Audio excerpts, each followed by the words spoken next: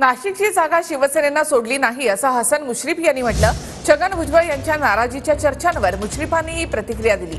तर नाशिकचा खासदार आमचा होता, त्यामुळे नाशिकच्या जागेवर आमचाच अधिकार होता असं शंभूराज देसाई यांनी म्हटलं आहे। त्यामुळे आमच्याकडून भुजबळांवर अन्याय होण्याचा प्रश्नच येत नाही असं शंभूराज देसाई यांनी स्पष्ट केलं आहे।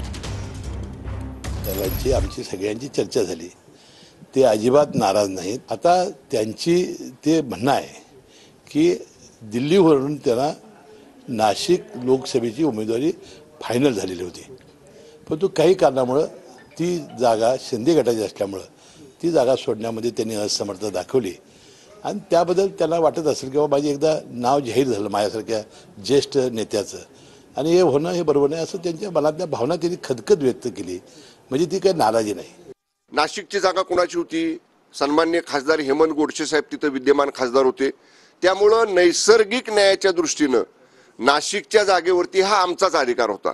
जेव्हा आम्ही सुरुवात केली जागा वाटपाला तेव्हा पहिली बेसलाईन ही होती, ज्या पक्षाचे जे खासदार त्या पक्षाला ते तिकीट। त्यामुळं असं कुठेही माननीय शिंदे साहेबांवर आक्षेप घेण्याची आवश्यकता नाही किंवा शिंदे साहेबांनी विरोध केला असंही म्हणायची आवश्यकता नाही।